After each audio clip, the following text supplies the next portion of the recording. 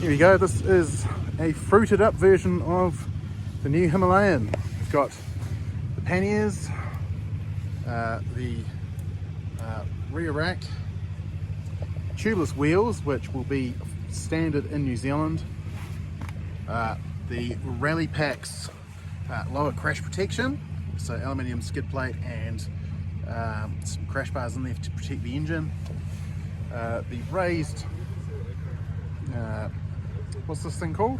Windshield, that's what it's called, windshield, and that is a homologated headlight protector. That headlight's the same one that's on the Super Meteor, and I nearly got hit by that car, so I'm gonna get off the road, but just looking at it, oh yeah, radiator protection, it's got that too. So I'm going to get off the road, stop filming this before I get hit by someone.